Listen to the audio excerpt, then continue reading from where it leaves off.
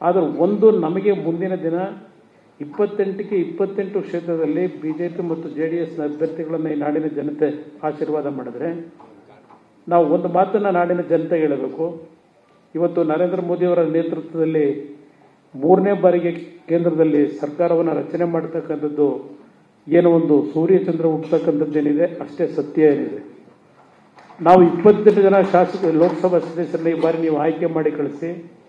ನಮ್ಮ ಉತ್ತರ ಕರ್ನಾಟಕದ ನೀರಾವರಿ ಯೋಜನೆಗಳಿರ್ಬೋದು, ರಾಜ್ಯದ ಅಭಿವೃದ್ಧಿ ಇರ್ಬೋದು, ಇದು ಎಲ್ಲದಕ್ಕೂ ನಾವು 28 ಲೋಕಸಭಾ ಸದಸ್ಯರು ಪ್ರಧಾನಮಂತ್ರಿಗಳ ಮನಸ್ಸನ್ನು ಇವತ್ತು ನಾವು ಗೆದ್ದು ಈ ಕಾರ್ಯಕ್ರಮಗಳನ್ನ ನಾಡಿನ ಜನತೆಗೆ ನೀಡತಕ್ಕಂಥದ್ರಲ್ಲಿ ಪ್ರಾಮಾಣಿಕವಾಗಿ ಈ ನಾಡಿನ ಅಭಿವೃದ್ಧಿಗೆ ದುಡಿತೀವಿ ಅಂತಕ್ಕಂಥ ಒಂದು ಸಂದೇಶ ಎರಡೂ ಪಕ್ಷಗಳ ನಾಯಕರುಗಳು ಇಡೀ ರಾಜ್ಯದಲ್ಲಿ ಇವತ್ತು ಚುನಾವಣೆಯ ಒಂದು ವಿಷಯವನ್ನು ಪ್ರಸ್ತಾಪ ಮಾಡತಕ್ಕಂಥ ಸೂಕ್ತ. ನಾವು ಆ ನಿಟ್ಟಿನಲ್ಲಿ ಇವತ್ತೇನು ಸಭೆ ಕರೆದಿದ್ದೇವೆ, ಎರಡೂ ಪಕ್ಷಗಳಲ್ಲೂ ನಮ್ಮ ಪಕ್ಷದ ಚಿಹ್ನೆಗಳಿರ್ಬೋದು ಮತ್ತು ಎರಡೂ ಪಕ್ಷಗಳ ಸಮನ್ವಯವನ್ನು ಬೂತ್ ಮಟ್ಟದಿಂದ ಇವತ್ತು ನಾವು ಅಳವಡಿಸ್ಕೊಳ್ತಕ್ಕಂಥದ್ರ ಮುಖಾಂತರ ತಾಲೂಕು ಘಟ್ಟಗಳಿರ್ಬೋದು ಮತ್ತು ನಮ್ಮ ಜಿಲ್ಲಾ ಘಟ್ಟಗಳಿರ್ಬೋದು, ಇದೆಲ್ಲ ಮುಖಂಡರುಗಳಲ್ಲಿ ನಾನು ಮನವಿ ಮಾಡ್ತೇನೆ. ಇಲ್ಲಿ ಬಂದಿರತಕ್ಕಂಥ ಎಲ್ಲ ಮುಖಂಡರಿಗೆ ಪರಸ್ಪರ ಒಂದು ಸಹೋದರ ಮನೋಭಾವದಲ್ಲಿ ಯಾವುದೇ ರೀತಿಯ ಸಂಶಯಕ್ಕೆ ಒಳಗಾಗದೆ ಇವತ್ತು ಈ ಮೈತ್ರಿ ಇವತ್ತು ಹೊಂದಾಣಿಕೆ ಏನಿದೆ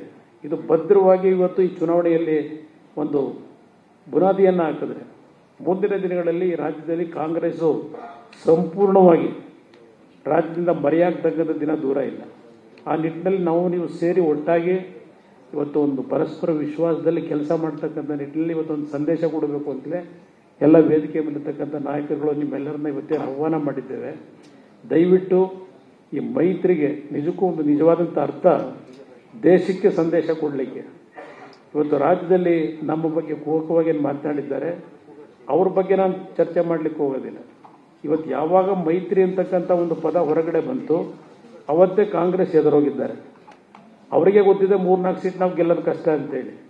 ಆ ಒಂದು ನಿಟ್ಟಿನಲ್ಲಿ ಇವತ್ತೇನು ಮೈತ್ರಿಯ ಬಗ್ಗೆ ಅವರಿಗೆ ನಡುಕ ಹುಟ್ಟಿದೆ, ಅದು ಕಾರ್ಯರೂಪಕ್ಕೆ ಬರಬೇಕಾದ್ರೆ ನಮ್ಮಲ್ಲಿ ಒಂದು ಇರತಕ್ಕಂಥ ಒಂದು ಹೊಂದಾಣಿಕೆ, ಒಂದು ವಿಶ್ವಾಸ, ಅದರಲ್ಲಿ ಕಿಂಚಿತ್ತು ಕುಂದು ಬರದೇ ಇರತಕ್ಕಂಥ ರೀತಿಯಲ್ಲಿ ನಾವು ಒಟ್ಟಾಗಿ ಸೇರಿ ಕೆಲಸ ಮಾಡಿ 28ಕ್ಕೆ 28 ಕ್ಷೇತ್ರಗಳನ್ನು ಗೆಲ್ತಕ್ಕಂಥ ನಿಟ್ಟಿನಲ್ಲಿ ಎಲ್ಲ ರೀತಿಯಲ್ಲಿ ಒಂದು ಸಂಘಟನೆಯಲ್ಲಿ ಮಾಡೋಣ.